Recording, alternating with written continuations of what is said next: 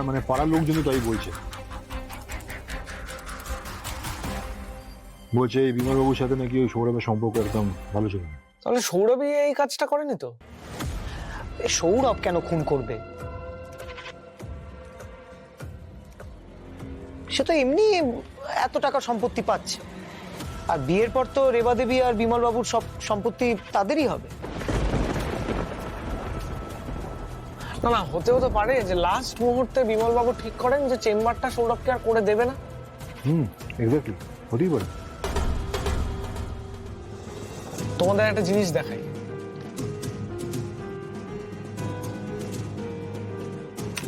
এই দেখো।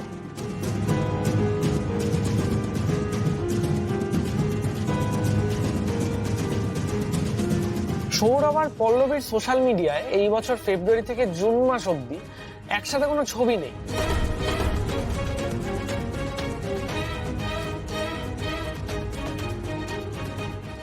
দুজনের সিঙ্গেল সিঙ্গেল ছবি আছে, সৌরভেরও পল্লবীরও একা একা ছবি আছে। তার মানে এর মধ্যে ওদের ব্রেকআপ হয়েছিল। আবার জুন মাসের পর থেকে ওদের একসাথে ছবি আছে, একে অপরের পোস্টে কমেন্ট করেছে।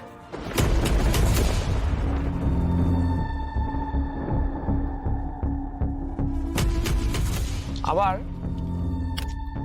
জুন মাসে একটা ছবি পোস্ট করেছে সৌরভ, সেখানে লিখেছে আমি জিতলাম।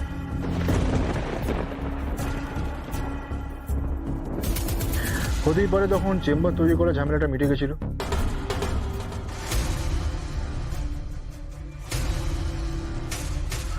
মানে বিমল বাবু আর রেবা দেবী হয়তো জোর করেই এই সিদ্ধান্তটা মেনে নিয়েছিলেন, তাই এই পোস্ট। সেটাই মনে হচ্ছে। দাঁড়াও, আমি স্যারকে জানাচ্ছি। কিন্তু একটা জিনিস ভেবে দেখো,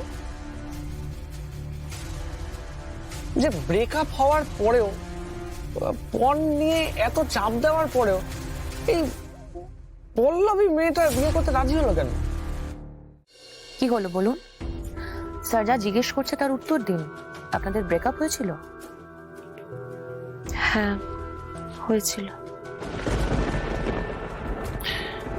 কেন হয়েছিল জানতে পারি? সেটা একটু পার্সোনাল ম্যাটার। পার্সোনাল হলেও কিছুটা তো বলা যায়।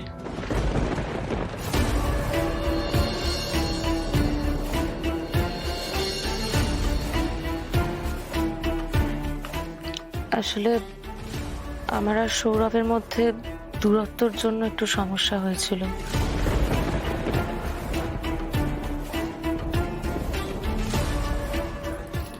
ও কলকাতায় থাকে, আমি ব্যাঙ্গালোর। ওই সেই নিয়ে একটু মিসআন্ডারস্ট্যান্ডিং, বাট সেসব মিটে গেছিল, সবটা নর্মাল হয়ে গেছিল। আচ্ছা, আমাদের বলেননি কেন যে আপনার বাবা সৌরভকে এত বড় একটা প্রপার্টি করে দিচ্ছে?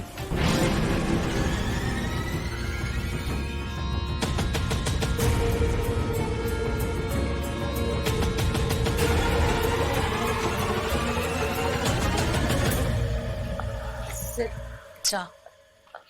থ্যাংক ইউ, কিন্তু আমি শুধু একটু জল খাবো। আচ্ছা।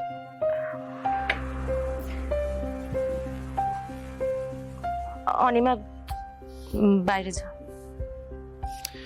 আপনি বাইরে যান, কিন্তু একদম কোথাও চলে যাবেন না। বাইরে দাঁড়াবেন, আপনার সঙ্গে কথা আছে। আচ্ছা, আপনারা এত খবর কিভাবে পাচ্ছেন বলুন তো?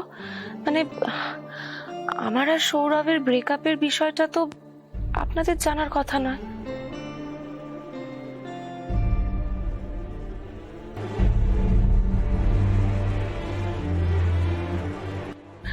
তাছাড়া আমার বাবা যে সৌরভকে প্রপার্টি করে দিচ্ছিল, সেইটা তো আমি, আমার বাবা মা আর সৌরভ জানতাম। তাহলে আপনারা কি করে? আমরা পুলিশের লোক, এইসব খবর জোগাড় করা আমাদের কাছে কোনো বড় ব্যাপার নয়।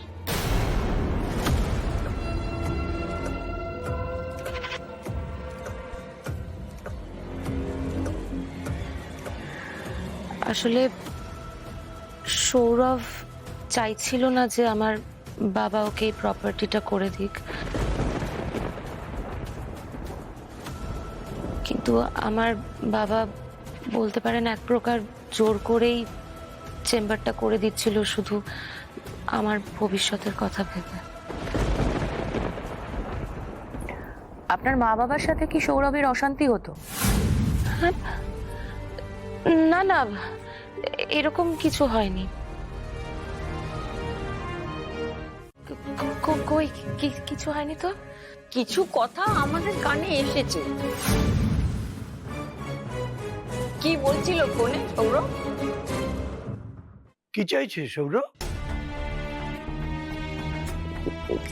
কিছু চাইছে না, ভুল শুনেছো তোমরা। বলবি নাকি আমি নিজে গিয়ে সৌরভকে জিজ্ঞেস করব? আমাদের কাছে সব কথা খুলে বল মা, কি চাইছিল সৌরভ? ছাড়ো না বাবা, বলছি তো কিছু হয়নি। সত্যি করে বল না মা, কি চাইছিল সৌরভ? আসলে মা, বল কি চাইছে সৌরভ? বাবা সৌরভ বলছে ওকে একটা ডায়াগনস্টিক চেম্বার খুলে দিতে। ও নাকি আস্তে আস্তে টাকা শোধ করে দেবে। চেম্বার? তো কত টাকা লাগবে? প্রায় কয়েক কোটি।